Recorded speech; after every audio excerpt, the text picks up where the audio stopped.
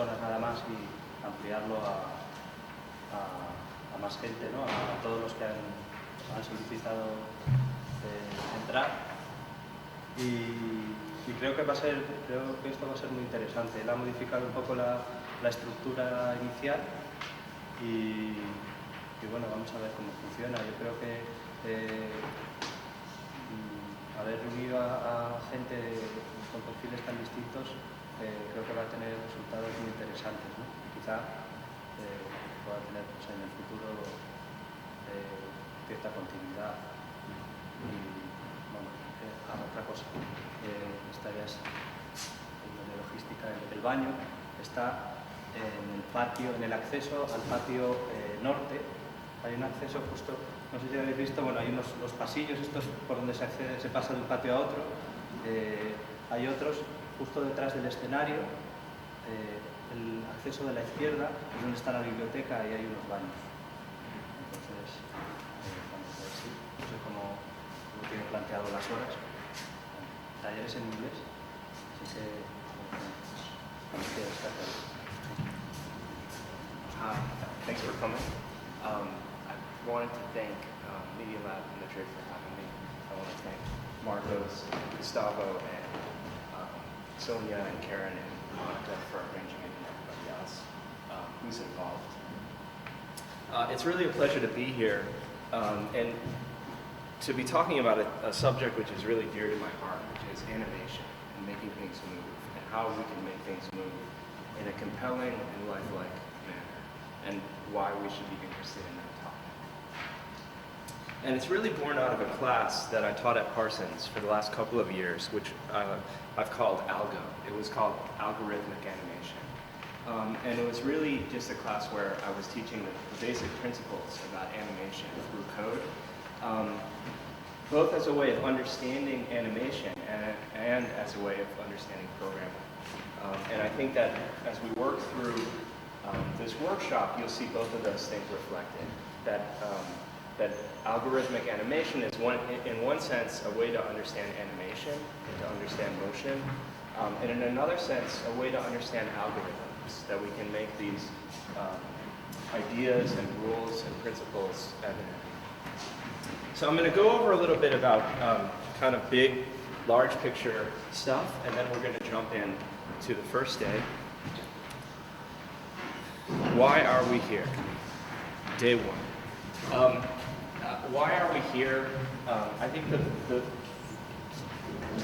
fundamental issue is that we want to learn about animation. We want to learn about motion. We want to learn about how to make things move in an interesting and compelling way. I think some of you may be here because you're interested in programming, or you're quite skilled in programming and you want to learn more advanced topics. And I was really happy when Marcos told me about all of the number of people that signed up. I was happy to really open it up and to say that we were not just going to take advanced programmers, but we'll take anybody who's interested and wants to come. And I think this is really important. I think fundamentally because if I do a good job, I will convey at a really low level how these ideas work.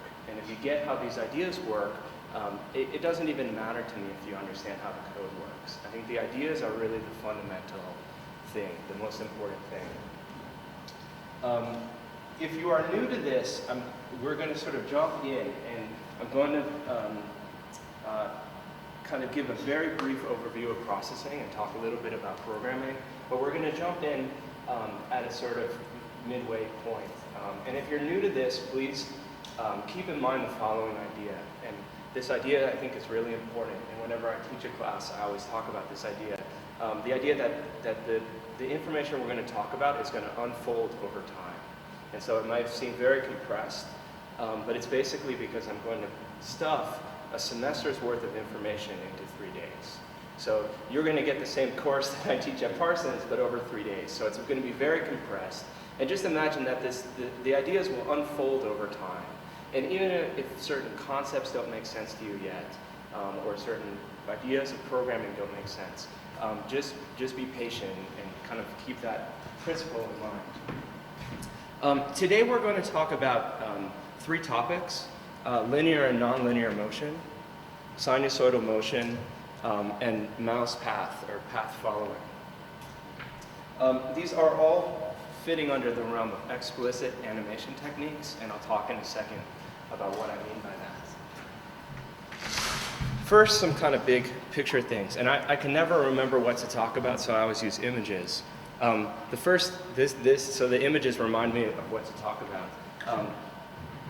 The thing that I always tell students whenever I'm teaching a class, the first thing I tell students is that I officially adopt you, right?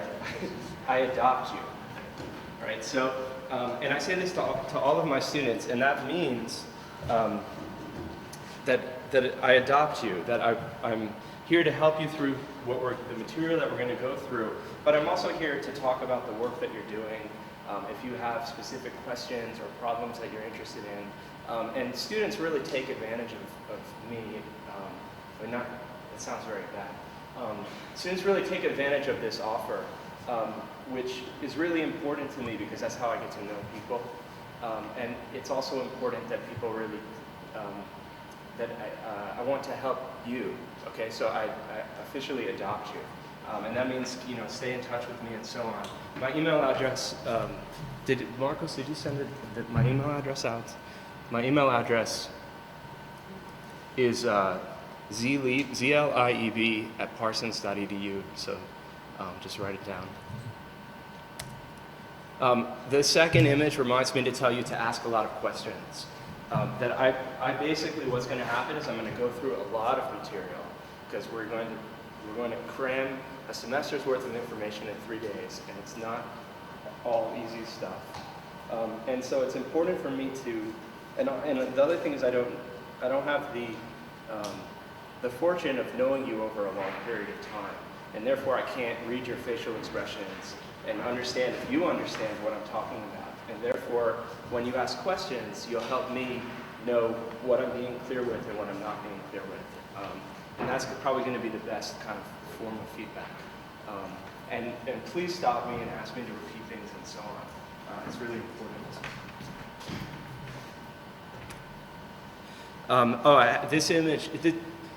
This image I just put up here because I just want to suggest the key interest, my interest, and I hope this is your interest, is the idea that things in the world move in very interesting ways, right? Things are moving in really different and complex ways. And that we can even think about this class, or parts of this class, as the idea of simulating the world, right? We'll be doing certain kinds of things where we'll actually be kind of running simulations. We'll be trying to understand how things work in the world. And I include this image, it's kind of Google image, just to show, this is a scientific pursuit, and it has real importance in our daily lives to make simulations about how the world works. And I think the interesting thing that I hopefully can convey to you, one of the kind of big ideas, is that there are very simple rules that we can use to create very interesting behavior. There are very simple ideas at the heart of what's going on. And so if there's anything that I can pass on to you, it's really the notion that we can take very simple ideas and make really complex, interesting, and compelling things. The first idea that I want to talk about, just to talk about the kind of simple ideas that will make up what we'll be talking about, is really the idea of one point, right? If I show you one point on the screen, what do you know? You know its position, right? You know where the point is on the screen. That's all you can know from one point, right? If I show you this point in a future time, right? If I show you this point and one step into the future, that's right. This is the original point, and this is the point in the future. You can know this object's velocity, right? You know how fast it's traveling. And that duration of time, it moved from here to here, right? So 1 point gives us position, 2 points gives us velocity, and 3 points will give us acceleration. right? With 3 points, if we have 3 time steps, right? Here's the first time, the second time, and the third time, right? We can understand, is this object speeding up or slowing down, right? How much is the velocity changing? And so we're going to take this kind of, these simple ideas, and then that's going to be our starting point for talking about the code.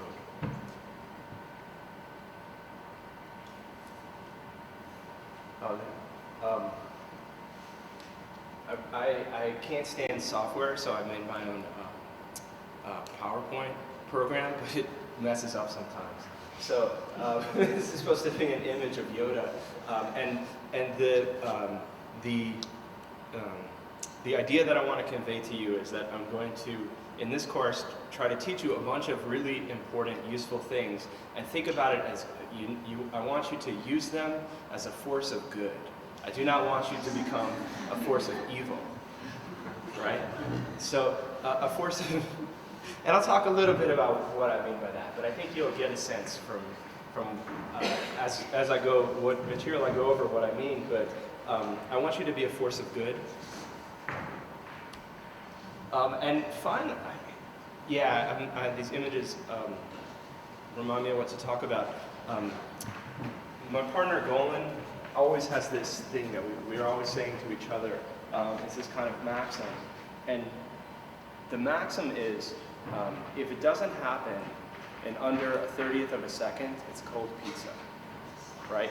When we're talking about animation, when we're talking about motion, when we're talking about moving things, if it doesn't happen in 1/30th of a second, right? That's really kind of our threshold of human perception for seeing motion. If it's slower than that, right, we will see it as individual frames. We won't see it as continuous motion. And so if you're too slow, if what you're doing is too slow, it's going to be cold pizza. And nobody wants to eat cold pizza. So we're going to be focusing on real-time animation techniques. So things that we can do where we can keep a consistent frame rate and thus create the illusion of something's moving through successive frames.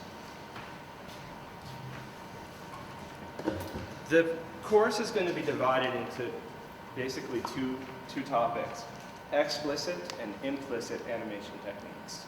And I have a couple of images that just convey what I think these ideas mean. But explicit techniques we're going to talk about today. Explicit techniques basically mean we know where an object is going to be, right? When we're moving it around, we know exactly where it's going to be from frame to frame, right? It's explicit, it's stated, it's clear, it's obvious. Implicit animation techniques, and I threw all my euros down, is basically like we don't know, right? We're going to run it, we're going to try it.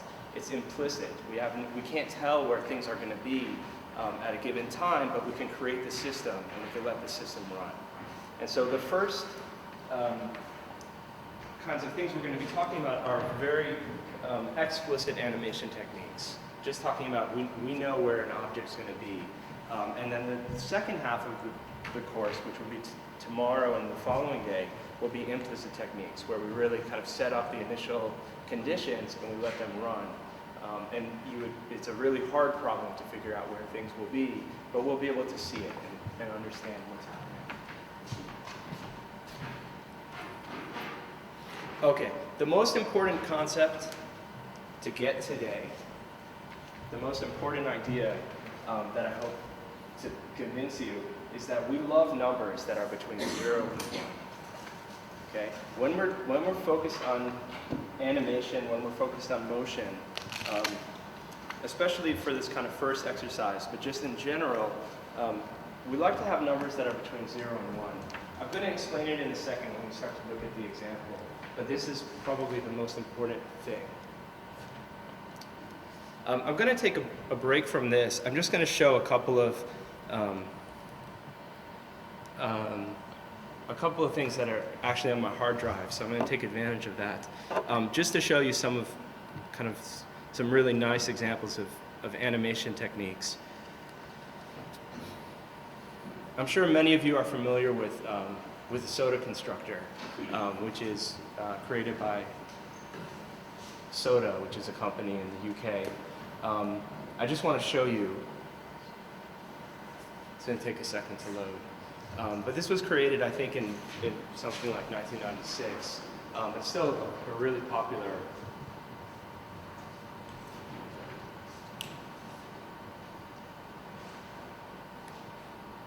Oh, it's not happy with my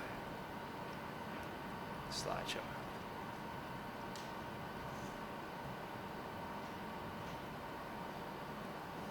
So I'm sure many of you have probably seen this online.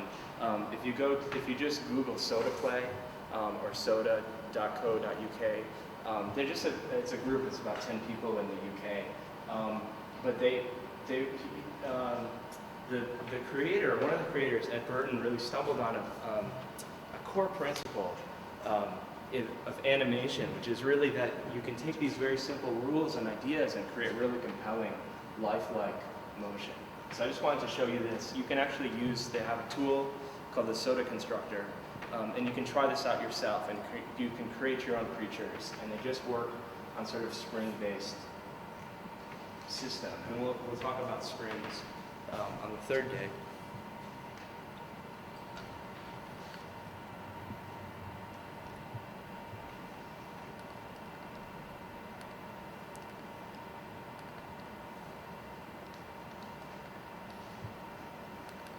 Another hero of mine, James Tyndall, is doing very interesting work. He has a project called Sketchpad, which is just a very simple kind of generative drawing tool. But it's really interesting and kind of organic and lifelike. And he's also using various animation techniques to get this kind of feeling across. Based on the imperfections of your drawing, it amplifies them and makes them really evident.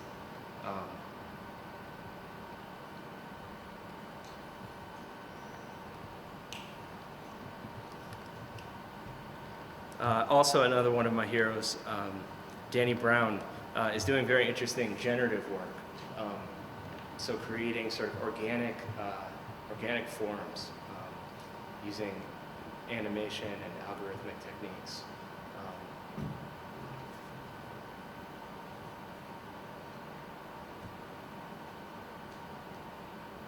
All right, so back to the task at hand.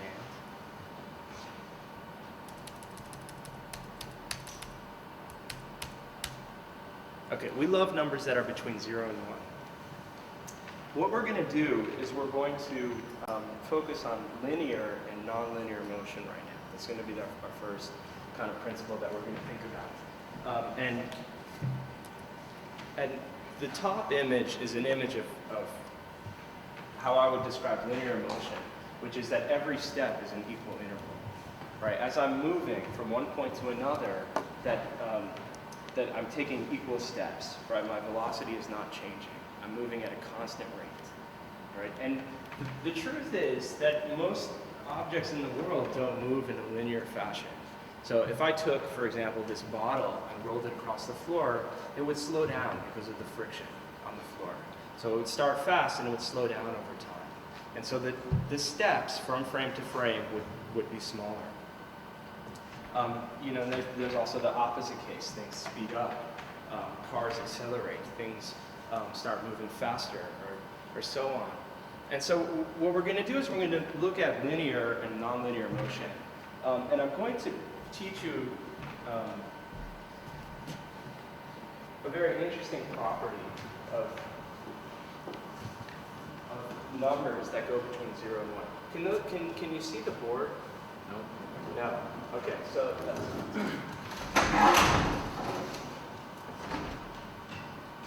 Can you see the board now? No? Yeah? Okay, I'll make the drawing really big.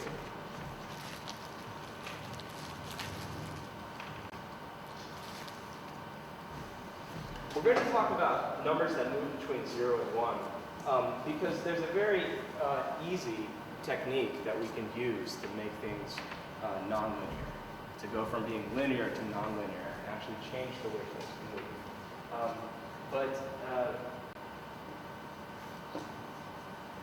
How's that? Can you see that? Yeah? Okay.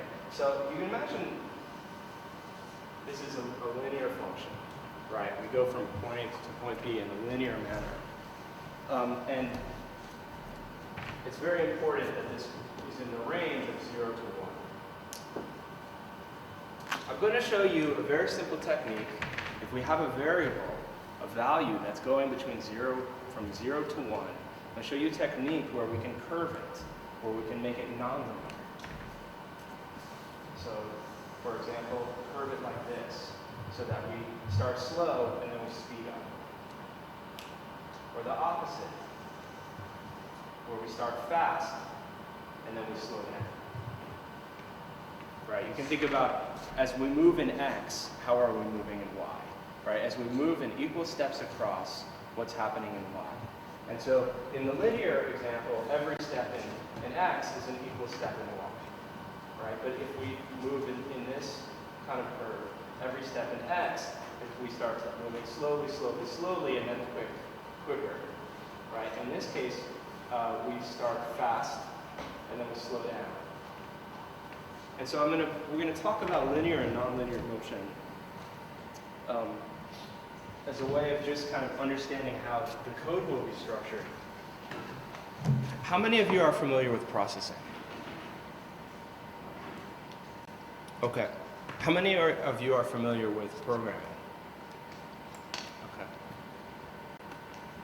So I'm not typically using processing too much for the work that I do. I do most of the programming in C++, the work that I do primarily. But processing is a really nice learning tool, and I think it will be really efficient for this course. And it's been installed on all of the machines in the lab, which you are all invited to come during the daytime. We'll just be hanging out in the lab, and there are 10 machines. You can also bring your laptop if you want. But processing is a great tool. It has certain flaws, and I'm just going to say what those flaws are. And those of you that are familiar with processing will probably understand, and those of you that are not won't understand, but disregard it because it's not an important topic. But the problem that I have with processing is that it treats classes as inner classes. Right? If you create an object, if you want to do object-oriented programming with processing, it'll treat an object as an inner class, and therefore all of the data will be accessible. So the data is not hidden. It's not treating the object as an independent object. And so I don't use inner classes because I hate them.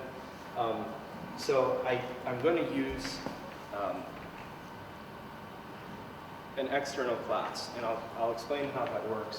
I have this code. So there are 2 pages, and this is the first example of the code examples that I'm going to talk about. So just make sure you get both 2 pages.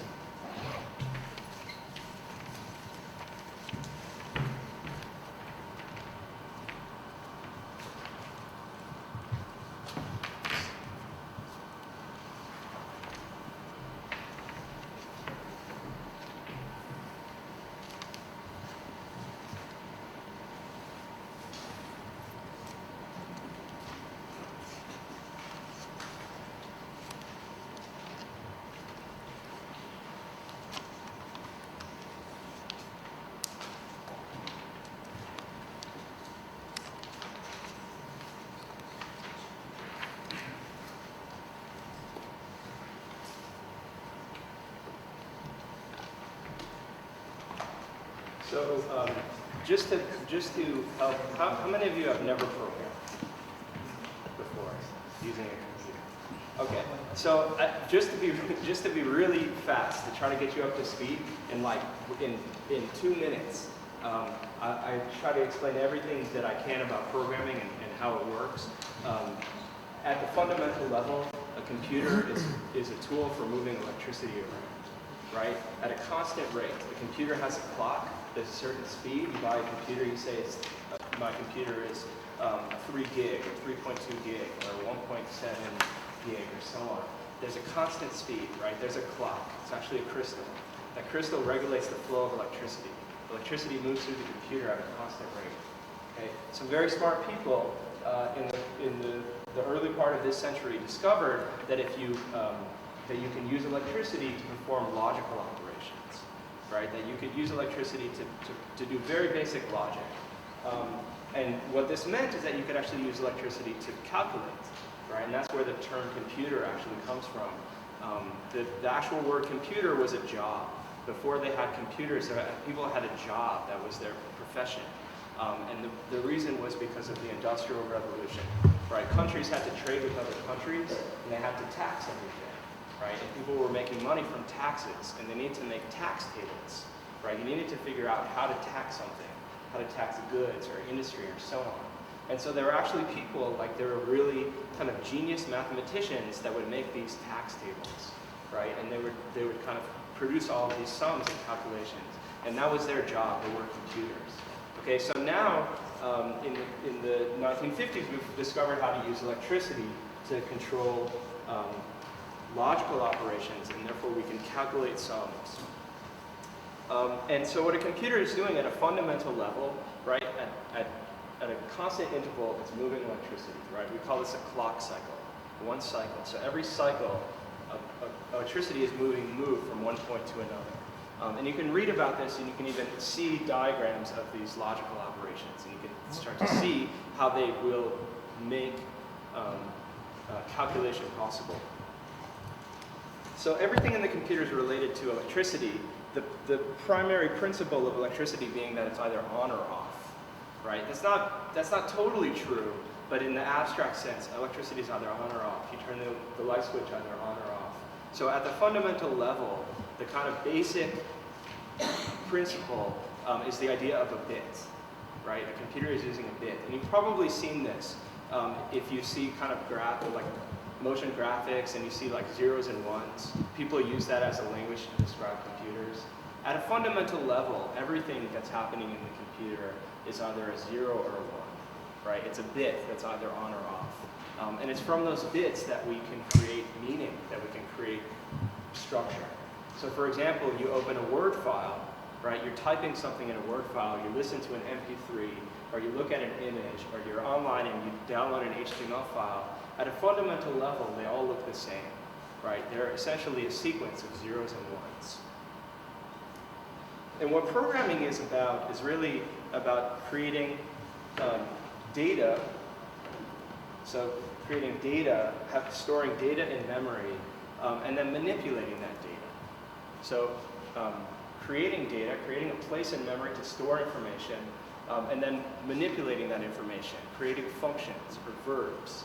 So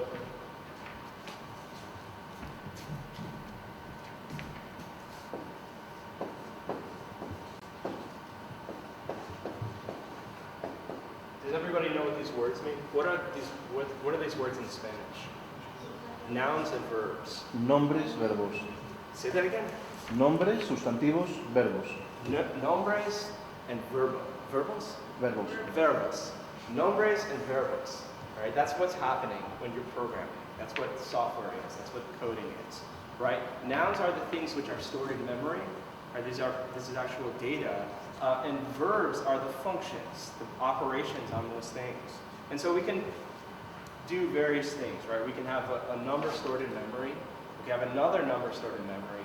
And then we can add them together and put them into a new place in memory. Right? We can have a counter. We can have an operation where we understand if one number is bigger than another number. But at a fundamental level, what we're going to be doing is making nouns and verbs. And these nouns come say that again, nombre? Nombres. Nombres come in fixed sizes, and we can also create our own nombres. They come in fixed sizes. So typical in processing, but in most languages, is that you have a variety of different sizes. One size may be an integer. Another size may be a float. Another size may be a Boolean. These are fixed sizes, and what they mean is they take up a specific amount of space in memory. These nouns, these data, take up a specific amount of memory. And so, for example, an integer number takes 32 bits, right? On a modern 32-bit system, an integer number takes 32 bits. That's how much memory we need to store that number. So, how many of you ever put RAM in a computer? Memory? How many of you ever put memory in a computer? Okay. How many of you have looked inside of your computer? Okay. All right. How many of you know what a piece of memory looks like?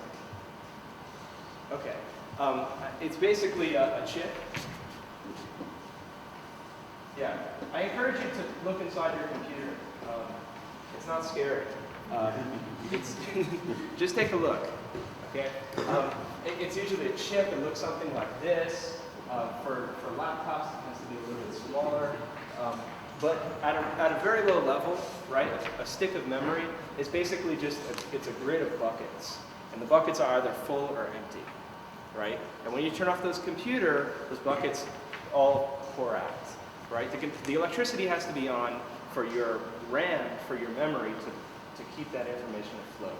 These are basically buckets, right? Sequential buckets. And the buckets need electricity to keep the water in them.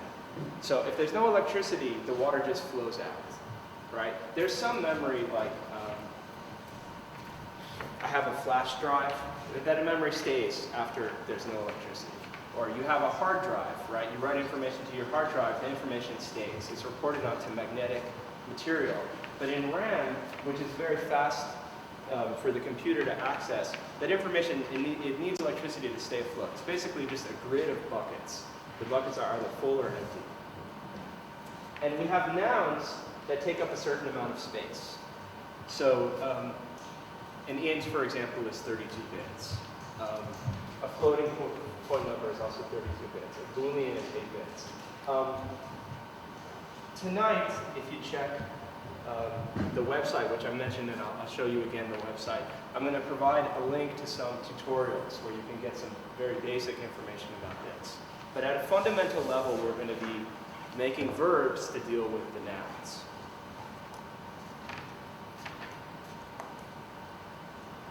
Okay, so the next step was really a kind of, was a paradigm of programming that really happened in the 80s, where memory started to be cheaper and cheaper. So it became, computers got smaller. You could actually write software in a different way. So one of the things that happened is people started to become increasingly more focused on object-oriented programming.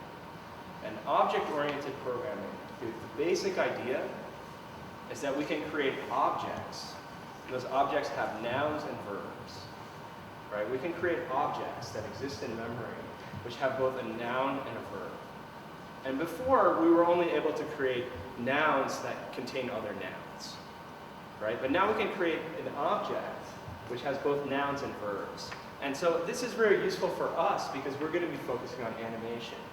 And a lot of what we're going to be doing is creating nouns that have certain kinds of properties. So for example, a spring, or a particle, or something like this, where we want to kind of code the recipe and then create lots of them. And so you can think about object-oriented programming as a kind of, one way I describe it as sort of, it's a recipe. Right? You write a recipe for an object, and then you go ahead and you use or you give birth to that object, and that object contains both nouns and verbs. So, for example, were there any leftover of your sheets? They're here. So, for example, in the sheets that I gave you, this is both of them. Make sure you have two different pieces of paper. You all have two. Okay. I'm going to grab markers. In the piece of paper that I gave you, there's one piece. The top line of the paper says import processing.core.star. Okay? This is a recipe. Right? You can think about this piece of paper as a recipe for a rectangle. And the other piece of paper, we're going ahead and give birth to a rectangle. Right? And the rectangle is going to have certain nouns inside of it and certain verbs. And we're going to use those, and we're going to animate, and we're going to draw, and so on. For those of you that are familiar with processing, I'll explain in 1 second. You'll notice if you look at the draw function, okay, those of you that are familiar, are very familiar with processing, if you look at the draw function, you'll notice I've created this. This is not an inner class in processing. So it cannot access certain functions like stroke or fill or so on. I actually pass through the actual applet so that I can call those functions. And so if you are familiar with processing, you'll understand what I'm doing here. I hate inner classes because I think it's a really bad way to program. I think it's better to learn it this way. So those of you that are familiar with processing, you'll notice that the draw function is a little strange, and you see the word mom everywhere. And this is because I'm passing through a reference to the applet context. Those of you that don't understand, just don't sweat it. It doesn't really matter.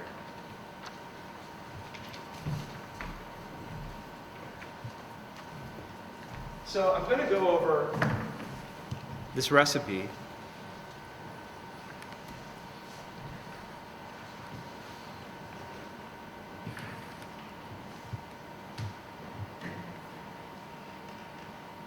And what's going to happen, I have examples, and the examples are split up.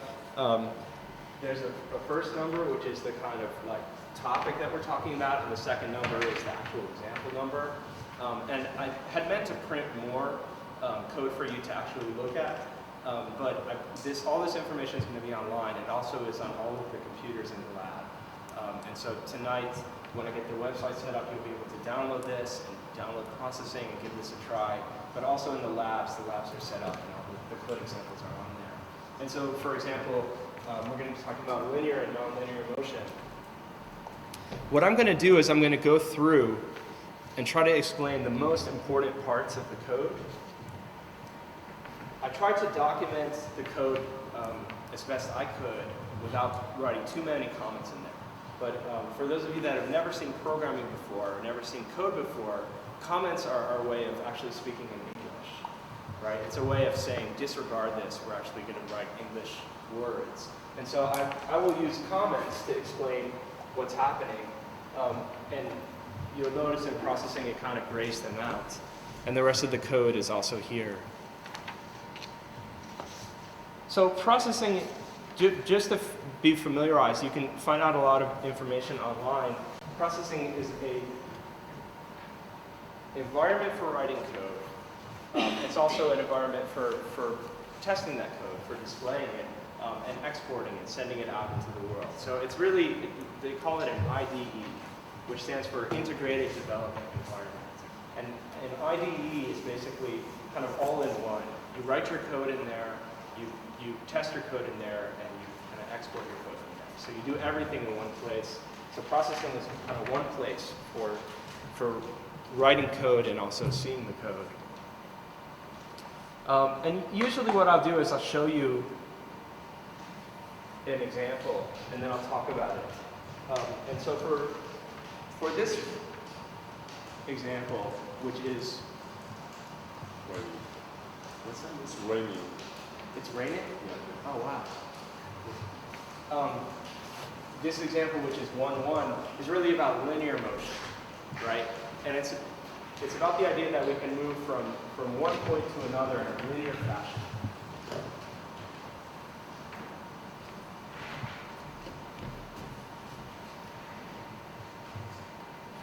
And so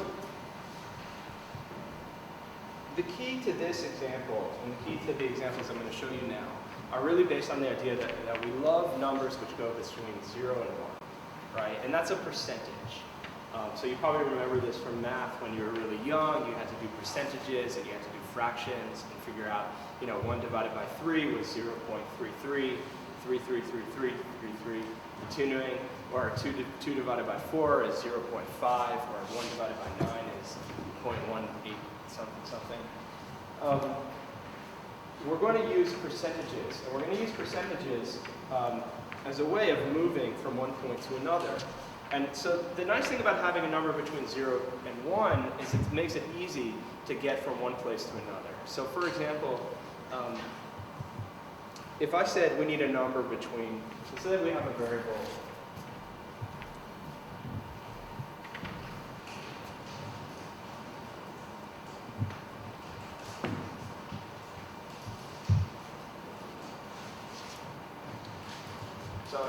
write a couple of kind of key ideas about numbers that go between 0 and 1. If we have a variable n, and n is in the range of 0 to 1. Okay? If we want a number that's in another range, so for example, let's say you need a number, you need a noun, but let's say you want a number which is in the range of 0 to 100, right? Then it's very easy. You just say n times 100. Right? So 0 times 100 is 0. 1 times 100 is 100. 0.5 times 100 is 50. Right? We have one variable n which goes between 0 and 1. When we multiply it by anything, we'll go between 0 and that thing. Right? It's an easy way to scale values. Okay? If I said to you, let's have a number that's between the range of 20 and 60.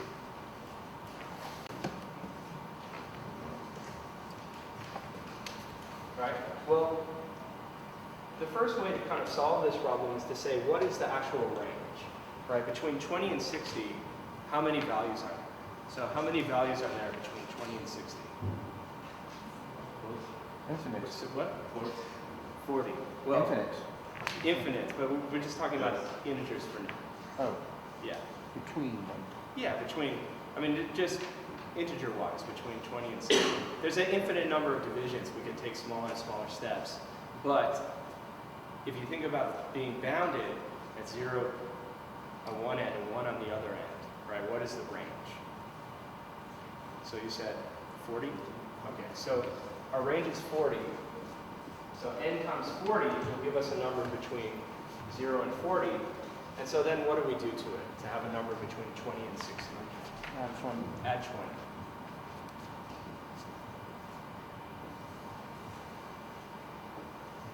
Okay, so you can see right away, it's very simple. If we have a number that's between 0 and 1, it's simple to scale it and to make that signal between any range.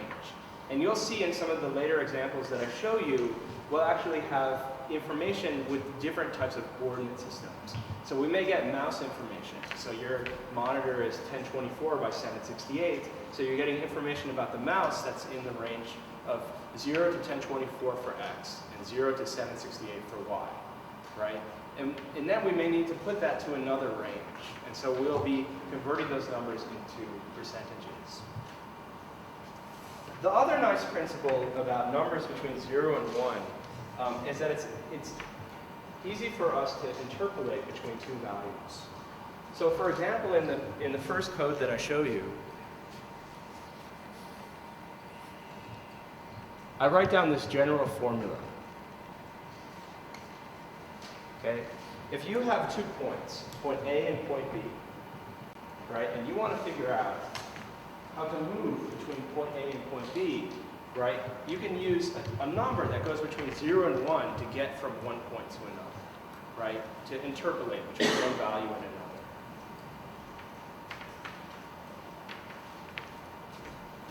So in this case,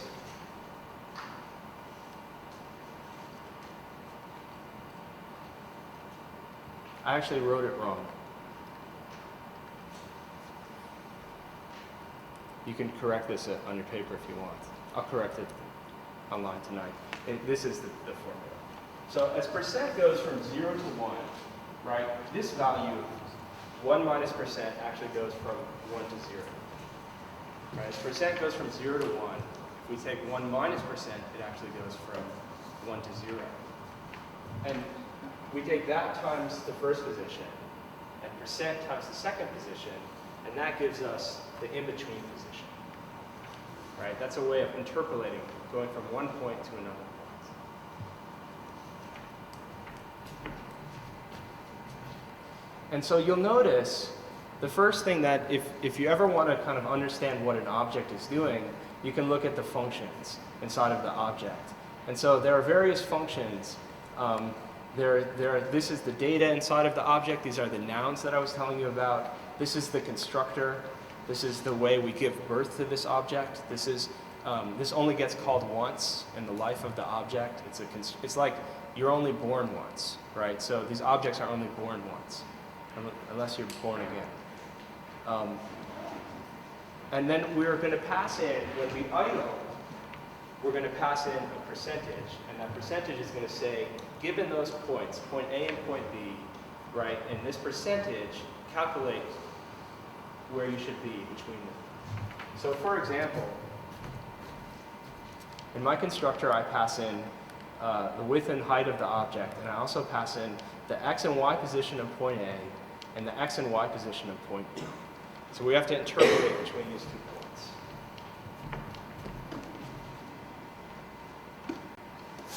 And so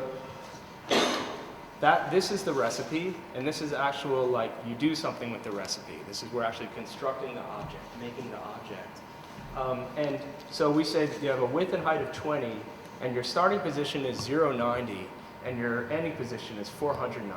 So you're moving across an x, right, from 0 to 400. At this level, we also have a variable percent, and percent is moving in a linear fashion at a certain rate. And so we can slow down. Percent, right, percent is just increasing, it's a counter. If we slow down percent, we slow down the motion. Right, if we speed up percent, so make it 10 times faster, speed up the motion. Right, but percent is a number that's going from 0 to 1. So just to take a look.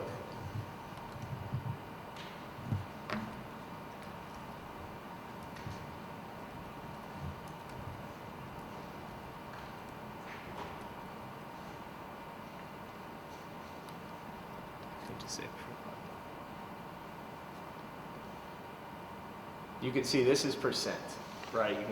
You can track it here or here, right? It's a number that's going between 0 and 1. We're able to use that to interpolate, right? To get from point A to point B. Okay? This is boring because it's moving in a linear fashion. Okay, so let's do something about it. Okay, so and this is the case. I'll show you a little bit of the code. You can go home tonight. You can also come to the lab tomorrow and take some more time and spend some more time with it to understand it. Okay, so the next example, we're going to take a linear signal and make it nonlinear. And the way we do that is by raising this number that goes between 0 and 1 to a power. Here, I'll draw it. Right, we have a linear signal. We're going to raise it to a power and therefore shape it. Right? And you probably remember from math class, when you raise a number to a power, right? 2 to the second power is 4. 5 to the third power is 625? 625, and so on. Well, if you raise something to the power of 1, it's itself, right? And we're going to take that as a starting point. And the way it works is that if you take this number percentage and you raise it to the power of 1, it does nothing, right? It keeps the signal as being a linear signal, right? But if you raise it to a fractional power, you can curve it like this. Okay, you can make it start fast and end slow, right? It starts rising fast and then slows down. If you raise it to a power, to a number that's greater than 1, you can make it start slow and speed up, right? And this is only true of numbers that are between 0 and 1. If the moment you throw in a number that's greater than 1 or less than 0, we're totally screwed. It doesn't work, right? But it works for numbers that are between 0 and 1. And so just to show you, I have percent. Percent's moving in a linear fashion, and then I raise it to a fractional power. Okay, so it starts fast and slows down, right? We take a number that's going in a linear fashion, 0, 0.1, 0.2, 0.3, 0.4, and then we shape it. We apply a curve to it, and then we can actually curve the motion, right? We can change the motion. So the further away we go from 1, the more extreme the curve. So I can make this twice as extreme. So now it starts really fast and it slows down a lot. And you can really kind of see what the threshold or what the limit.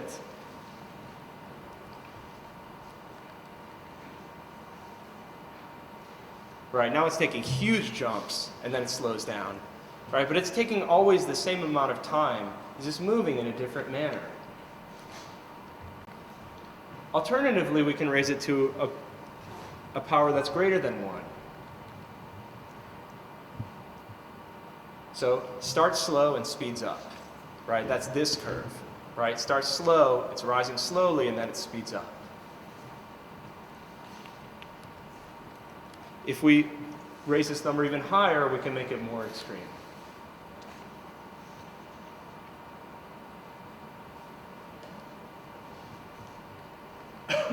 So this is basically the same code as the previous code, and all I did was add one line here, where I shape the signal so that we can curve the signal as it comes into the object. And now, just to show you, the next example is just to prove that all these objects are moving at the same speed. There's a bunch of them, right? It's object-oriented programming. I create a bunch of rectangles, and then I give them differently shaped percents to move by. And you can see that they all move at the same rate. I mean, not at the same rate. They all take exactly the same amount of time to get from point A to point B. Because they're all based, right? All of these curves start at the same place and end at the same place. So my question to you is, which one is moving linearly? Which one? Counting from the bottom.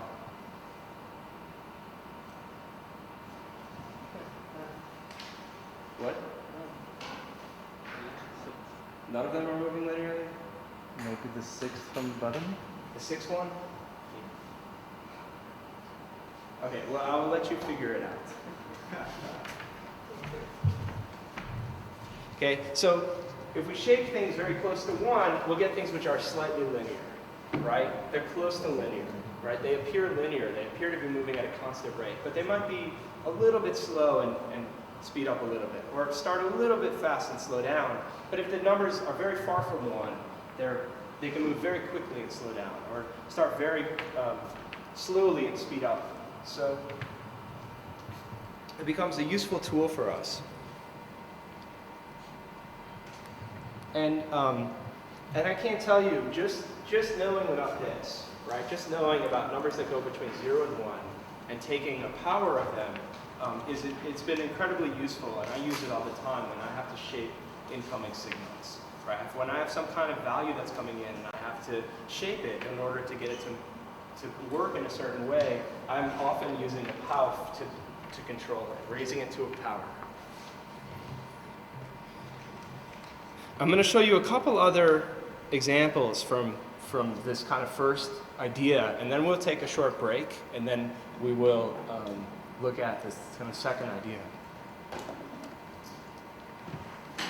So this example, right, we're still focused on the idea of getting from point A to point B, right? And this idea is based on a parable, and it's the parable of Zeno, right? Zeno was this Greek philosopher, and he had this idea, this parable, this story of a runner who's running a race, right? And the runner is running a race, and he runs 1/2 of the distance, right? From the start to the end of the race, right? He runs 1/2 of the distance, okay? And then the runner runs 1/2 of the distance from where he is now to the end of the race. And then he runs 1/2 of the distance. So the distance keeps getting shorter, right? And he's always running 1/2 of the remaining distance. Okay, so the first time when he runs is quite fast. The next time, it's 1/2 the distance, he slows down. The next time, it's 1/2 the distance, he slows down. The next time, it's 1/2 the distance, he slows down, but he never finishes the race. And that's the paradox. That's where what was really interesting to Zeno about this notion, the paradox of going kind of 1/2 the distance, 1/2 the distance, 1/2 the distance. And we can do the same thing with an object. And you've probably seen this a lot. This is definitely, this is one of the things where I'm going to show you something, and then I'm going to tell you, remember about Yoda. I want you to be a force of good. This is kind of one animation technique that you'll see all over the place, especially in terms of flash animation. It's definitely kind of things, you'll see this a lot on the web, things kind of snapping into place. But we can use the same idea of the parable to make an object move from point A to point B. So for example, if I need to go from here to over there, we can figure out what the distance is, and then I can move 1/2 of the distance, right? And then figure out what the distance is, and I can move 1/2 of the distance. What's the distance with 1/2 of the distance, right? So my steps get smaller, and I come close to the point that I want to get to. And because we're dealing with sort of limited precision, it's not an infinite amount of precision because we're dealing with floating point numbers, data that takes a certain amount of space, we actually do get to that point, right? If we were kind of in this paradox, this world that Zeno creates, it's kind of an infinite story, but actually in our case, we actually get there because we have limited precision. So I'm going to show it to you, and then you've probably seen this kind of motion before, right? Either on some websites or some sort of animation techniques. It's basically, it's a tool for getting an object from one point to another, right? It's based on the idea of Zeno, right? We figure out what the distance is, we divide by a certain amount, we move that much closer.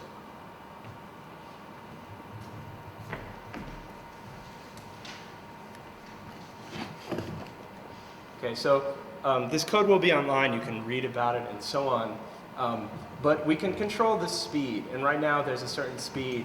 Basically, for every frame, when we idle, we have an X position and a Y position we want to catch up to.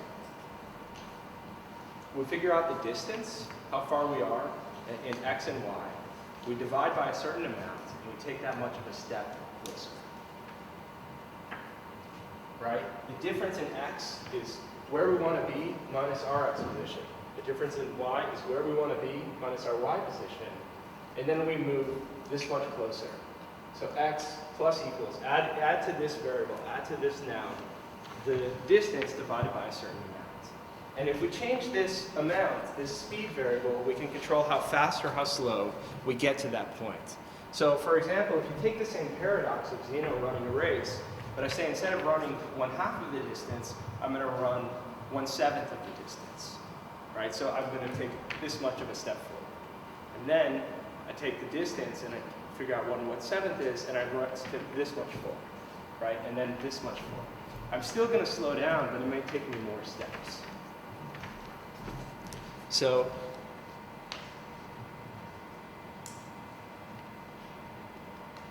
if I up this number,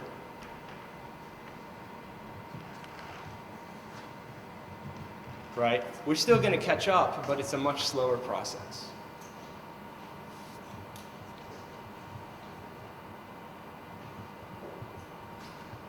Or alternatively, if I make this a lot smaller,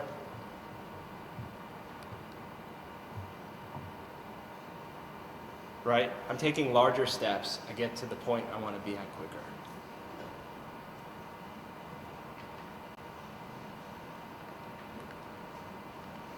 The last thing I'm going to show you before we take a short break is exactly the same code, but we're going to use, it's the idea of blending.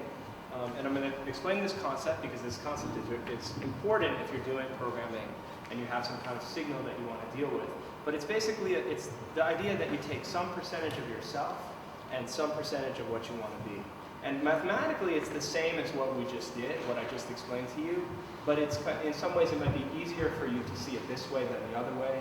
Basically, they're the same ideas conveyed in different mathematical terms. But let's say I want to be where I am. I'm where I am, and I want to be over there. I may take 95% of where I am now and 5% of where I want to be. All right, and that's going to move me this much closer. I may take 95% of where I am now and 5% of where I want to be, and that will move me this much closer. It's the same idea, but just written in a different way. And this is an important idea, for example, if you have noisy data. So how many of you have done stuff with electronics? Have any of you worked with electronics? Okay, some kinds of problems, sometimes you have problems with electronics because you may be using some sort of sensor and it gives you a noisy signal. This happens to my students a lot. They like to use different kind of sensors or devices for communicating with the computer. Sometimes it can be very noisy, right? You get a signal coming in, it's quite noisy, you can actually use this idea of blending to sort of smooth the data as it's coming in. So you can take this noisy signal and say, okay, I'm starting here, and I'm going to take, you know, maybe 90% of me and 10% of the incoming signal, right? And then on the next frame, I'm going to take 90% of me and 10% of the incoming signal. And what you'll wind up doing is you'll wind up smoothing the data, right? It's the same idea. Take some percentage of yourself and some percentage of where you want to be as a means of going from one place to another, right? If you take a higher percentage of yourself, you're going to move much slower. If I take 80% of where I am now and 20% of where I want to be, it's going to be a much bigger step. I'll move quicker.